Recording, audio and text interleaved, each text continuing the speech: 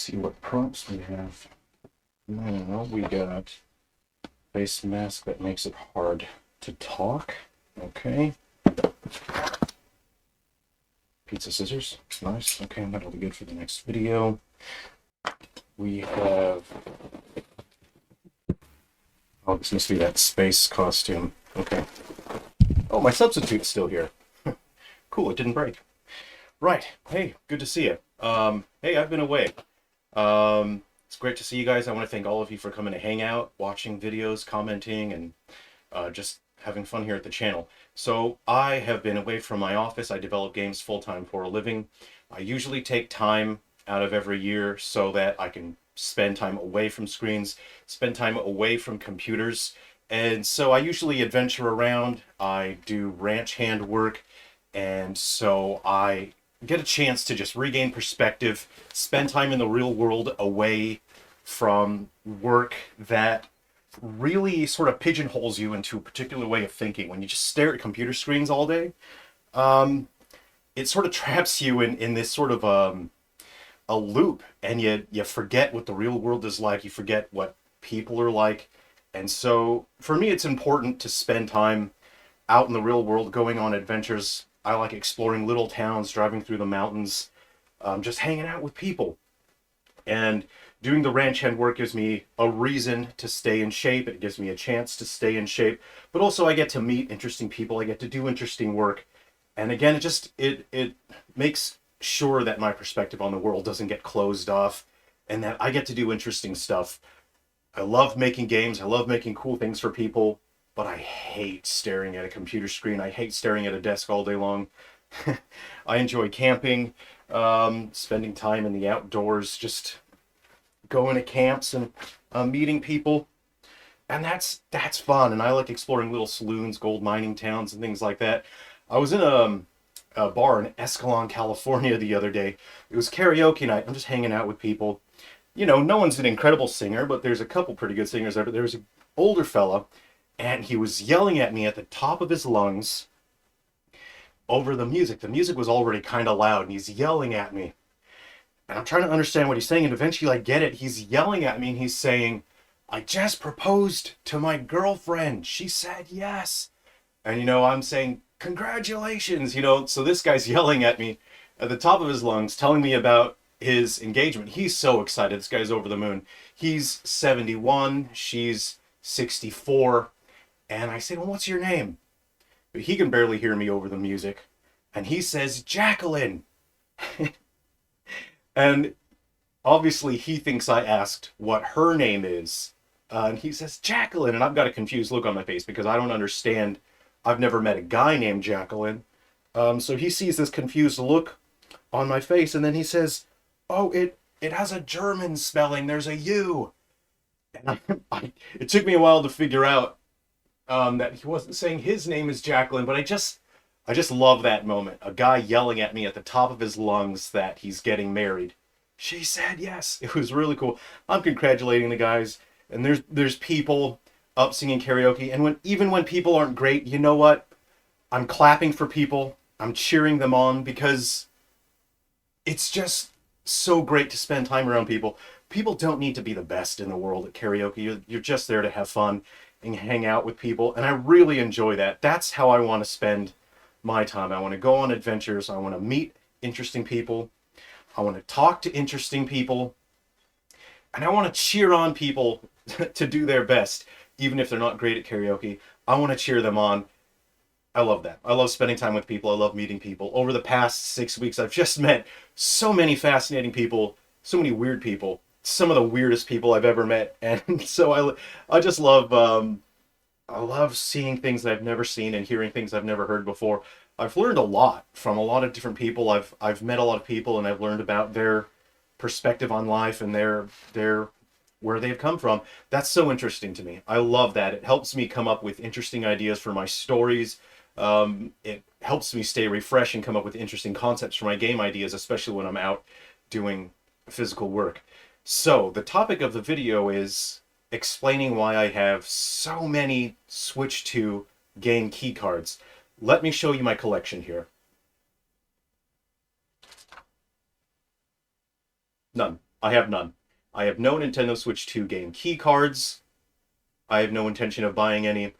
I have zero. And the reason being, everyone's got a lot of different reasons. I'm interested in hearing why people don't buy Nintendo Switch 2 game key cards. For me personally, it's a storage issue. I like buying digital games because they often go on sale for an extremely good price. It sucks that they take up so much space on your internal storage on the console.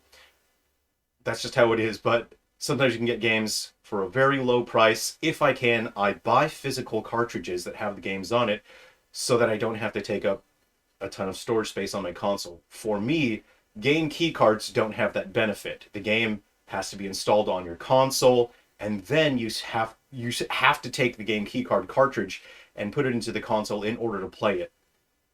Which sucks. For me, I like booting up a digital game. I don't have to put the cartridge in, but my preference is having physical cartridges that have the game on the cartridge so that they don't take up storage space on the console. I'm looking at my Switch 2, and I'm just watching the storage space fill up on my Switch. The storage space, I'm always fighting. I'm always fighting to have storage space. I'm deleting games, deleting stuff. So, yeah, that's why I have zero game key cartridges. I have no intention to buy any. If I ever own any, it'll probably because maybe someone gives me a Switch 2 game as a gift and they don't know or care that it is a game key card. That's the only situation in which I would own one. For me personally, I have no interest. I really don't want them. I would, if I had a choice between just full digital or game key card, unfortunately, and it's not good to say this because it's going to lead the industry in the wrong direction, but I would rather have the full digital version because it means that I don't have to go and keep track of the game key card, put it into the cartridge.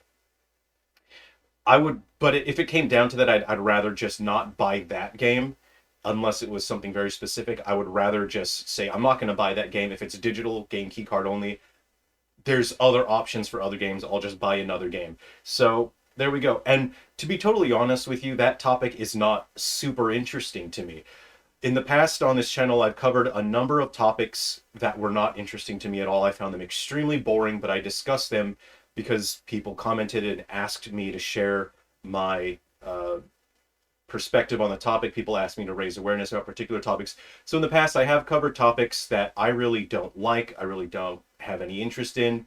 And in the future, moving forward, I'm going to lean away from doing that. I no longer want to cover topics that I don't care about. That's just how it is. I'm sure the algorithm won't like that, but I just want to cover topics that I personally find interesting, that I find fun or funny, and that I can share something cool with you guys. So yeah, I'm done talking about the game keycard cartridges for now. They're boring to me. But let me show you something interesting. Let me show you something funny here. So while adventuring around the States, I picked this up. Something I really enjoy doing is restoring antique zithers. I specialize in zithers from the 1800s, but I'll lean into the early 1900s. They're basically brand new at that point. I'll show you the weirdest one that I've ever found, and this is called a tremoloa. In the early 1900s, early and mid, there was this trend for Hawaiian music and lap steel guitars and ukulele. There was a Hawaiian craze. This was trying to capitalize on that like many things. This is in need of some restoration. I need to make some adjustments and changes because I do actually want to try to use this in a soundtrack. But I personally feel this is the weirdest and most miserable instrument that's ever been created. It's got a strange mechanism here. These are chords. They're preset. I haven't tuned them up. I'm going to replace these strings because these older strings have very high tension. They're very thick. If you tune them up to pitch, it'll actually damage the instrument. It'll cause it to warp and bend by pulling it forward like that. So I don't want to do that. I'll be replacing those. The interesting and unique mechanism is here as this steel bar sits up top, and there are indicators here for your pitches. G, F, E, D, C. So you line up this thumb pick here and listen to the weird sound that it makes. Listen to this.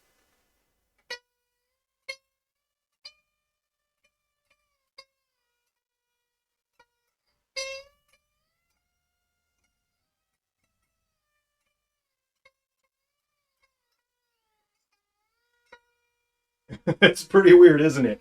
I think it's terrible. I think that is awful. It makes me laugh, but it's fascinating. It's fascinating that somebody at some point thought, hey, let's make something like this. It'll be interesting. It's miserable. It's terrible. I think it's funny. I'm going to see what I can do with it. I'm going to fix that up, and I will try and use it in soundtracks. I could use a pickup and apply distortion effects for something cool. It's just interesting. Anyway, this is called a tremolo.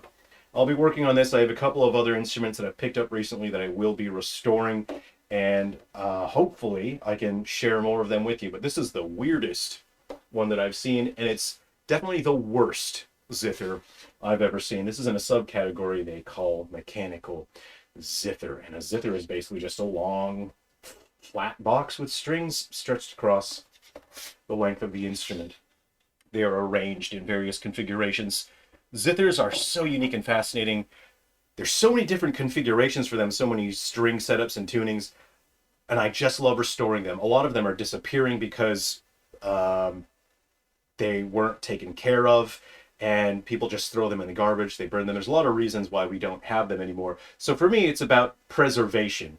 And I understand that when it comes to the game key cards, people are concerned about the preservation aspect as well. So for me, it's important that if you can find some way to preserve something that's part of history, part of culture, it's important to try to do that so you can share that with future generations, or you can keep using these products for years to come, especially if you purchase them and you own them.